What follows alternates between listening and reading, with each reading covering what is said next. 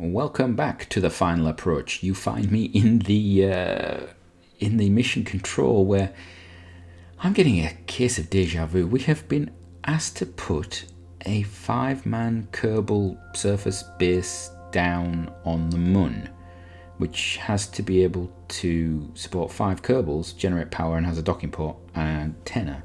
Haven't we just done this mission?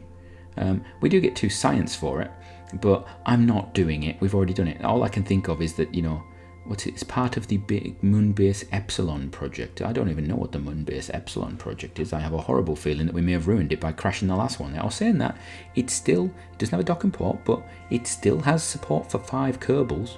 I mean, if we were being very clever, we'd put this one right on top of it. I'm very tempted to take it, actually, just to do that, because that would be funny. But I'm not. What we're actually going to do is, I have decided, we currently have 3 Kerbals on a station around the Moon, and if anything goes wrong, we can't actually get them back. And we also don't have any power on there to transmit any data, and we can't put the data in capsules and bring it back.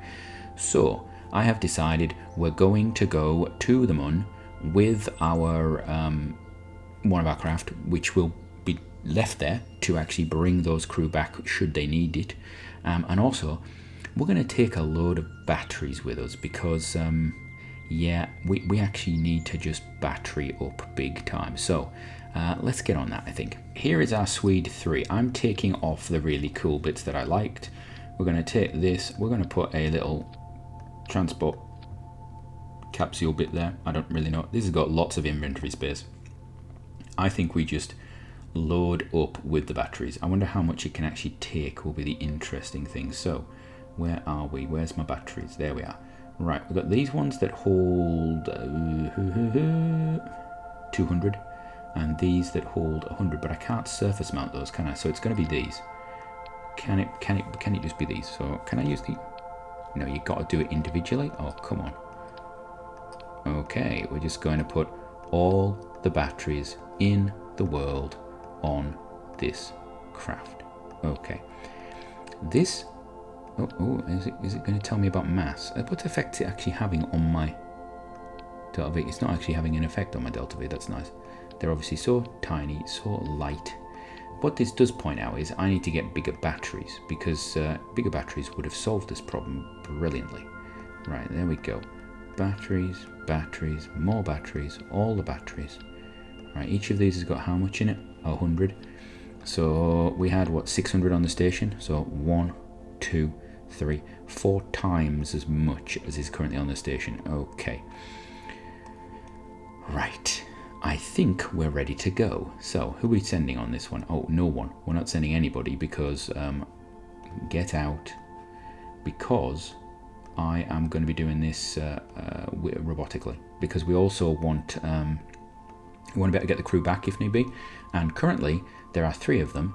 And, yeah, we need to do that. I don't think there is anything else we need to do. We've got everything taken care of. We've got RCS on here. Do we have a transmitter of some sort? It's got short range. It'll be a piggyback off the station, so that's not a problem. Or off the ground station that we now have, because that's the thing. Right, I think we're ready for the Swede 3, because we need to rename it, to fly. So, let's get this going. Well, it is a sunny day finally at the launch site. We've actually had, I think, primarily night launches up until now, which is slightly annoying. But anyway, let's get this thing going. Once I get up to about 50, I don't think you've seen one of these go up recently. Once I get up to about 50, I basically tap down the thrust a little bit, and then we start our gravity turn just to be nice and healthy. There we go. Go, go, go, go, go, go, go, go. And then once that starts to go a bit further over, thank you, keep going, I'll just put it on prograde. So yeah, I did have a few thoughts as to what to do regarding this mission, and this is not the most elegant of approaches, just sticking batteries on the outside of the craft. However, there's a lot of science there, and I really want it. We could have just gone, you know what, let's send some probes to other planets, get some science that way. We could have gone to Minmus with a science lab, which is something I probably should do, actually. It would be probably advisable, and we're going to go a bit more thrust now, get us a bit more authority on our flight, as it were. it would have been something that would probably be a better idea, was to go mim this with a station and gather a load of science from that, but I have not done that. Primarily because I just want to get this science back now. It's sort of annoying me that we don't have it. I do need to go up and get the science from around Kerbin, because we've probably got 3 or 4 units of science from that now. Because I think that's one of the slowest ever sort of science collecting programs ever. This is a very shallow launch profile we've actually gone for here. Not particularly my normal launch profile on this one, but we'll see how it goes. I don't want to burn any of the parachutes off, because that would be really embarrassing actually. So we're going up a bit. We are getting up there. We're still actually on surface direction. Orbital would actually be even worse. We've got about a minute to apoaps. As long as we get up there, we're not too bad. It's just about getting out the thick stuff, and we are actually out of the thick stuff now. And this will be interesting to see how inefficient this launch has been. So let's take it up to 90, I think. We'll take it to 90, and then we'll just see what it does to us. Right, there we go, 91. So is it going to pull it back? Oh, we're not actually losing a lot. We're not losing a lot for doing that, and we've actually probably gained a lot because we burned horizontally early on. We've probably got very reduced gravity losses, if is what I'm actually thinking. Right, so we'll just put that there. Steering losses would have been not too bad either, actually, thinking about it. So do that to there, and there we go. That's good enough. 500. Okay, that's not a terrible launch actually, because this thing tends to get around about there. On a good day, it tends to give me about 500-600 delta V left for my transfer to the moon, and then this thing gets basically dumped on the way to the moon. Right, we're going to go over 70. There we go, and now we can just, thank you very much, we just time up that again properly. Right, the one thing I have to be aware of, the good thing is this actually has a reaction wheel in it, which the probe core will basically acquire the use of, which I think is quite nice actually, although I have recently been playing Realism Overhaul RP1 with its changes to avionics, where you can't stack avionics, and I quite like that concept as well, the idea that, you know, if a part's in control, it's got to have only itself be able to control it. I think I like that. I know there was some people in the Discord that were actually talking about, oh no, you know, one of the small parts being able to work together, but it's very logical in my mind that, you know, like the avionics on the Saturn V rocket would not have, you know, asked the Apollo capsule, could you help us out a little bit, because we can't quite manage the extra, you know, 10 tons that you weigh or something like that. It doesn't make sense. It just doesn't in my mind. Maybe in modern avionics and stuff, but not the older things. Right, I suppose I should stop talking and get on with doing this burn, shouldn't I? There we go, let's just get that burn done. So he's going to burn there into orbit, and then we can head off to the moon, where I will try and dock this. So what I will probably do is cut out the moon burn, or will I? I don't know. No, let's do it, because I've actually been cutting out a lot of these things recently, and you only get parts of flight. So let's do this properly. Let's do this the full mission today. The mission for the safety of our crew. I actually am tempted to bring some of them back as well, because they've been there.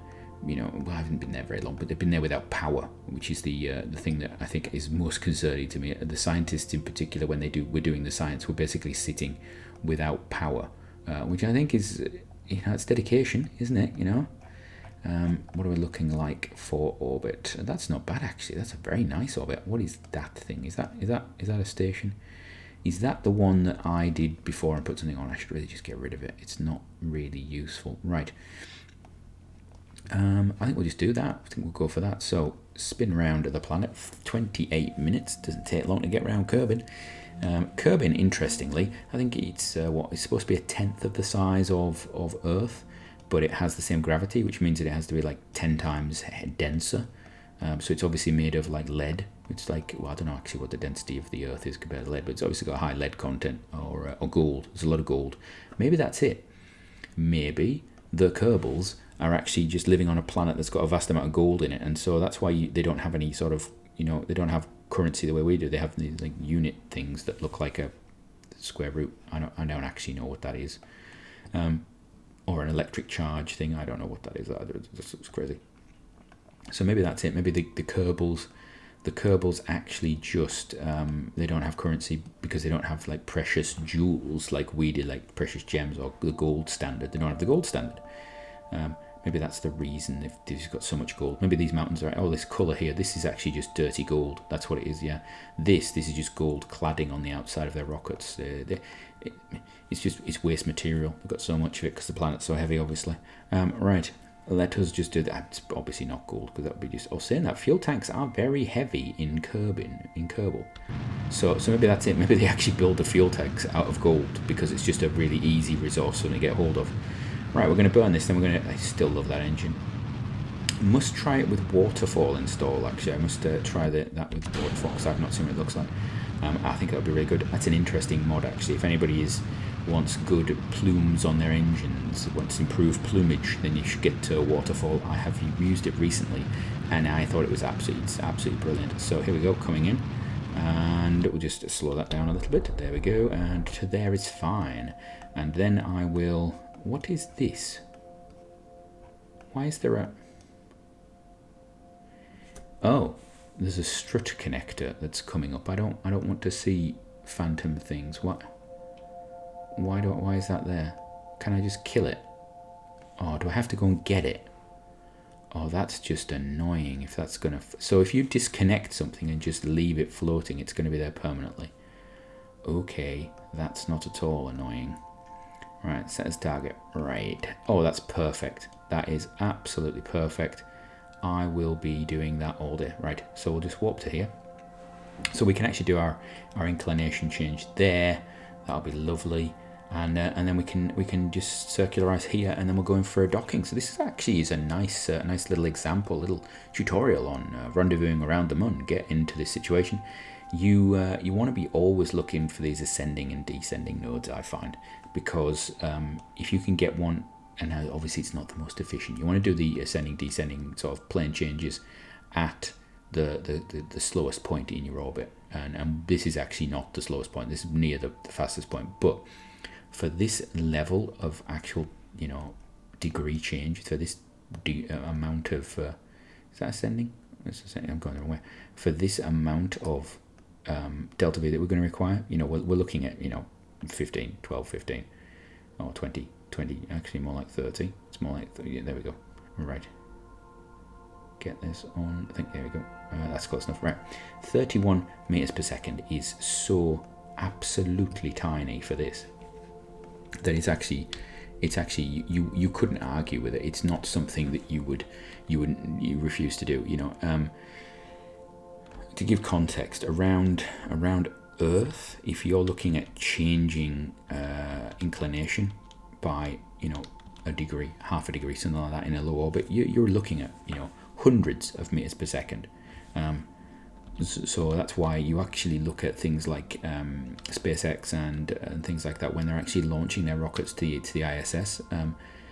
Or more importantly, actually, when the ISS was launched, one of the reasons it's so high in its orbit, in its inclination, is because it was originally launched. Obviously, the first components were launched from Russia, and it's sort of a halfway house between where it should be. Ideally, you might want the ISS on the equator. I don't know. Having it cover more of the planet obviously gives it opportunity to observe the planet, which I suppose is probably useful, and there's probably balance either way. Anyway, we should really do this burn. But in Kerbal, the inclination changes, particularly this one, is so small that actually it's actually just really handy being able to just do it like that. And I'm hoping that's going to be good enough for us to do. Yeah, we should be fine. Right, so we're going to go to retrograde, please, and then I'm actually just going to accelerate to node. So warp there, yeah. And there we go. And we're just keeping an eye on the node in 10 seconds. That's good. And I'm actually going to just do the burn.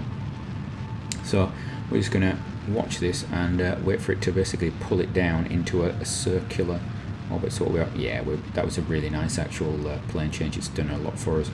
So just come it down, and there we go. Easy enough. 162 or 180. That's not terrible. We've got our target there. So we're going to add maneuver here. Come down to target. Oh, look at that. That's nice. I went a little bit too far there. So we'll just do that. Pop it up. There we go. Right. And then I just want to do that. So let's have a look. We are going to come over here, look on the bottom left, so the closest approach there is 4 kilometers. Can I get it less? 2 kilometers, 1 kilometer.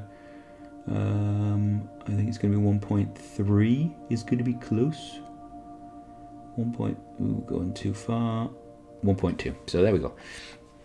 That's roughly the right place to be. The distance I'm probably seeing is because although this inclination difference is 0.0, there's probably something there which is probably, so I'm going to be coming from probably above or below when I get to it. But we'll see about that. So we're going to go prograde for the, no, retrograde. We want retrograde, orbital, retrograde. And we'll come round and we'll do this burn. Let's have a look. And here we're actually going to be looking over here. This is what I tend to do. You can actually see some of my secrets of rendezvous. I could look on the map screen, but actually the data I want is here. Once this starts to change, then I can actually start to play around with it. And I might actually even do some RCS sort of play with this as well. I'm not too worried about the marker right now, because I've not put any normal or radial into my burn. I've only touched the prograde retrograde. I can actually go, in the retrograde direction, and I know that I'm not adding anything really to what I'm doing. I'm going to be on the right track, and I can RCS out later. If I was doing a more complex burn where I've done a lot of radial and normal sort of interactions on things, then I would actually I'd be more sort of inclined to modify things. So what I can do now is just keep burning a little bit, and I'm looking at that bottom left and keep going down, and we started going up. So I can now just leave this or turn on the RCS, and I can do a little bit of thrusting using translation. So I'm in effect translating before I get near it. There we go, do that, and then you can actually see that the values are going down, going up. So I'm going to get within a kilometer, which is fine. Use the RCS to just tidy it up.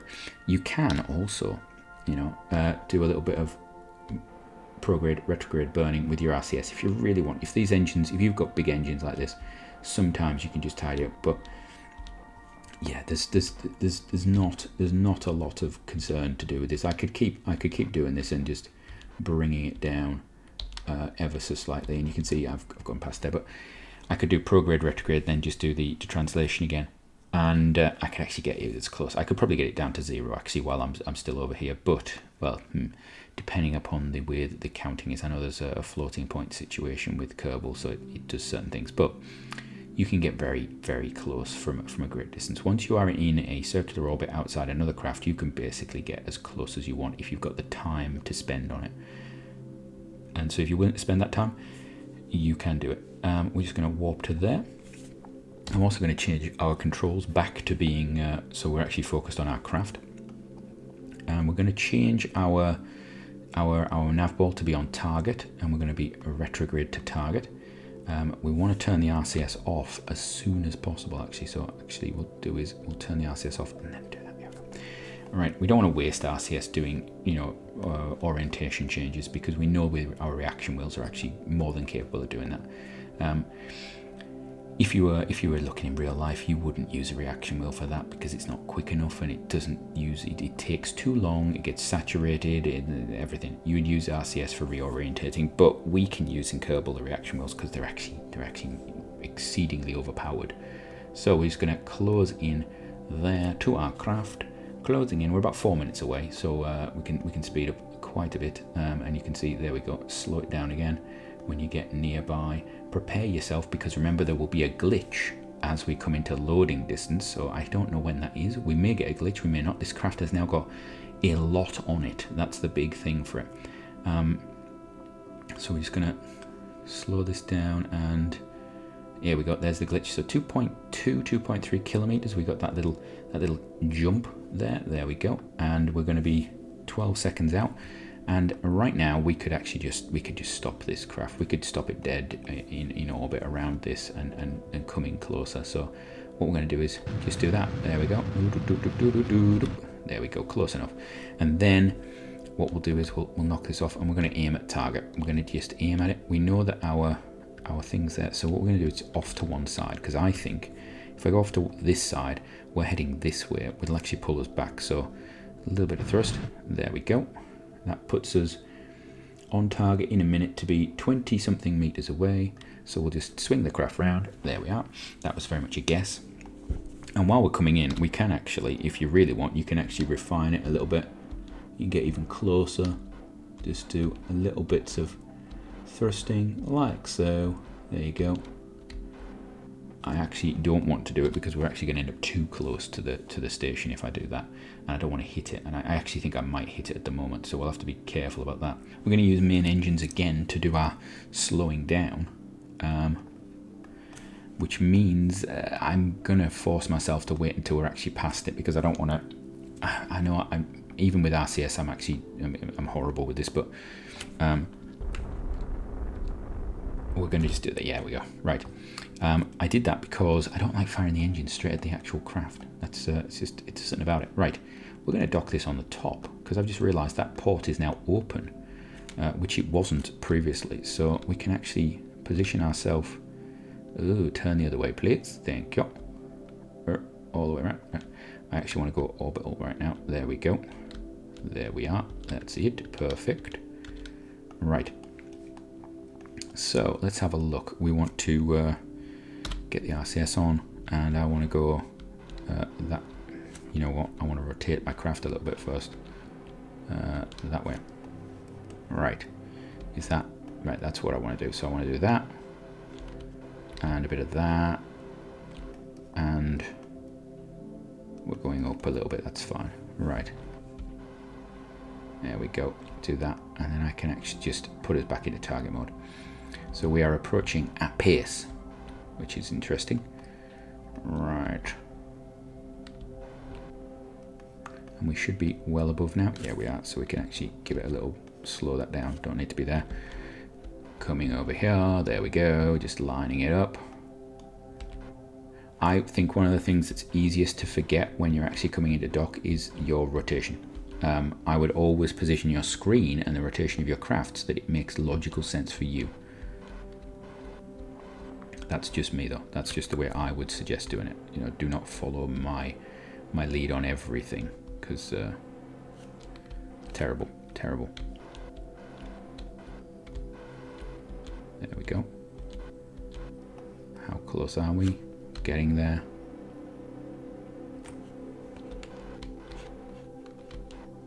And now I'm looking at the nav ball a lot, and I'm just going, okay, I want to bring this in a bit. We've got these forward and reverse thrusters are actually really quite weak, and because of that, it actually makes this a little bit easier, because I'm playing left and right a lot. I'm using a lot of power to do that. But the actual forward and reverse, once it's in its route, it's sort of set. It's sort of done.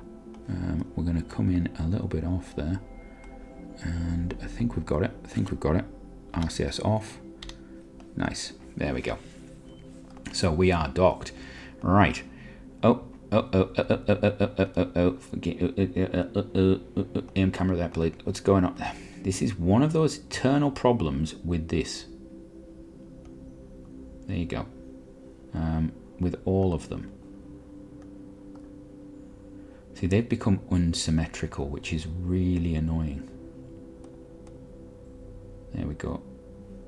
And so can you just lock them? Is that see, I've now, when I've noticed this, I've been lock it. Lock.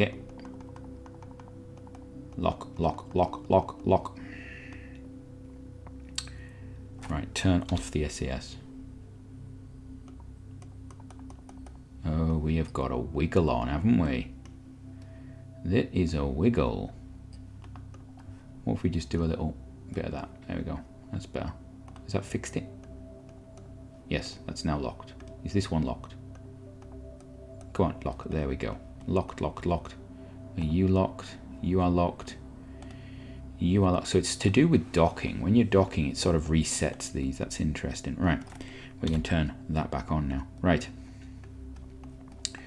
Okay, so we can actually send a Bill on EVA. How you doing, Bill? It's good, isn't it? And Bill, we have a job for you. Actually, I want to open those doors. Yeah, that's good. We're going to put some batteries in there. So, Bill, how would it? You can't see it because it's up there, can you?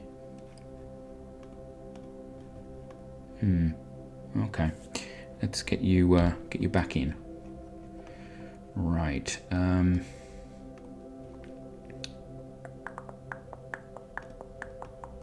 Let us just, you know what? I'm going to be cheeky. I'm going to do a transfer. I'm going to transfer Bill up to here. And this wiggle is killing me. We actually could have done with some struts, couldn't we? Hold on a second. We have some struts somewhere. Where are they? They're there. Right, Bill, get out. Got an idea. Building time. Right, I want this one. I want you to put it. I want you to put it between there and there. Yeah, is that going to help? I hope it is. Looks like it's attached. I mean, has he done it? Does he have to do a gun firing thing with it or something?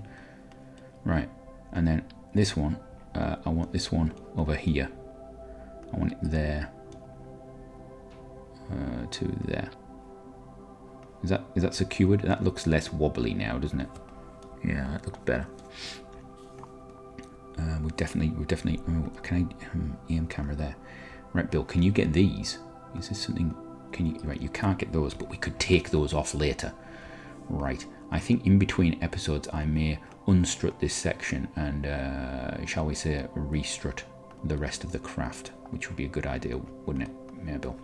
Because I think that is definitely solidified it. In fact, you know what? We're going to do this better. Bill, how are we doing? We're going to put it. I want to put it there, and I want to go to there. Good. And this one, I want to go from there.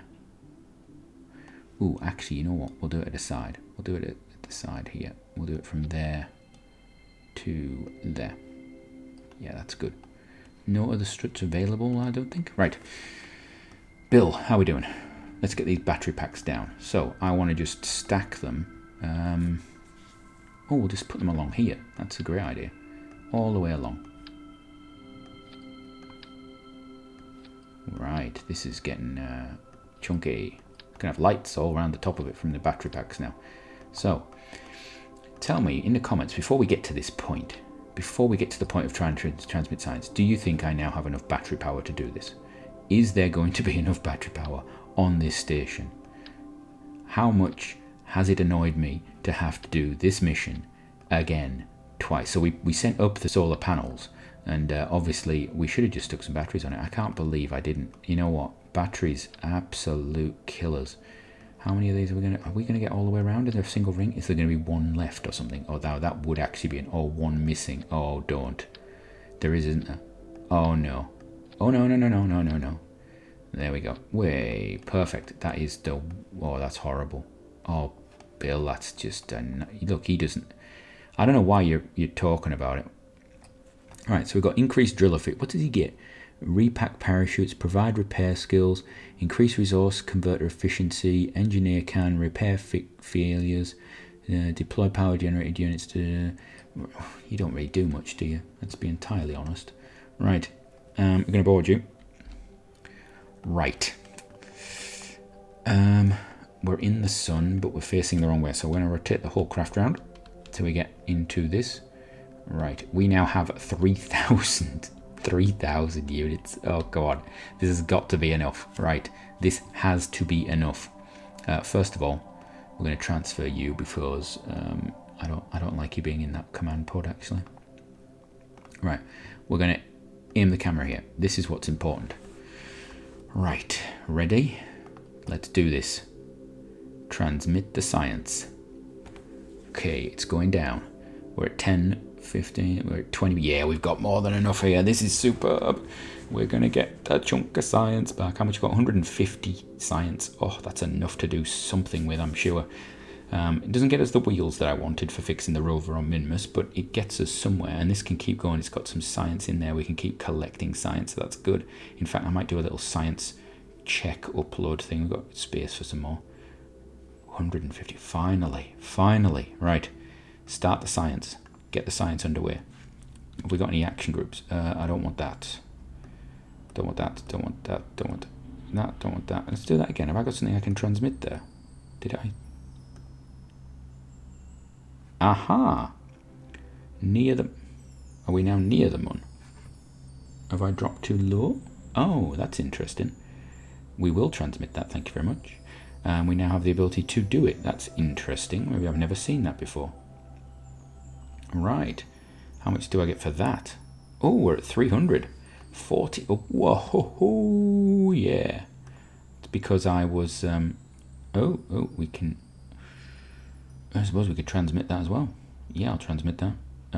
Mystery Go, don't care about. That don't care about. Materials study, might as well transmit it. You can always refit it. Right. So, the station, the science station has finally give us some science back. So, we can leave that here. We can leave the team going. We should really check the one around... In fact, yeah, let's see if we can do that now. Can we do that from here? Can we just jump to it? Let's have a look. Yeah, we can just jump to you. So, switch to. Right, this thing, how are you doing? Have you got some science for me? You have 20 science. Can we transmit that science? It is transmitting. It has, it's got 1,000 batteries because we put some batteries on the new unit, didn't we? Got some batteries over here. So that's good. Is it doing science? It is researching. Is this one doing anything? This one is not doing anything. Can we level up crew or anything here? They've already gained all their experience. So what we got? We got pilot, scientist. Okay. So we're doing well, actually. So they've got their own rescue craft. They can get away from stuff if need be. Is this empty? It's got a little bit of liquid fuel in it. I'm tempted to get rid of it because I don't like it blocking the port. But we'll leave it there for now. What we could do... no, we could actually move this down to the bottom of there. That's what I would like to do. But I can't remember if it's got a part on it.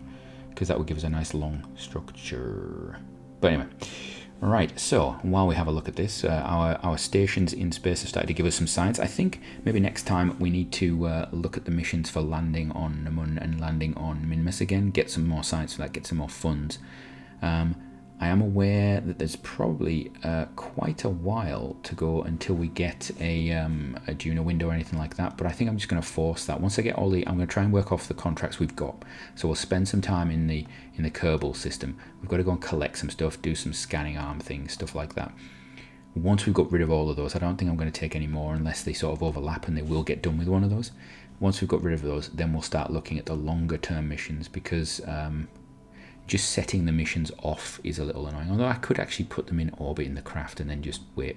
I could put a timer on, like we're having to do with our Sentinel. So anyway, what do you think? Should I just set them into orbit and then if they're sat there for 200 years, we'll do 200 years for 2 years waiting for the right window, then we can send them off? Or should we finish off around Kerbin in the Kerbin system and then just start doing the sort of heavy time warping to the windows for stuff? Anyway. Comment down below, and until next time, have a great one.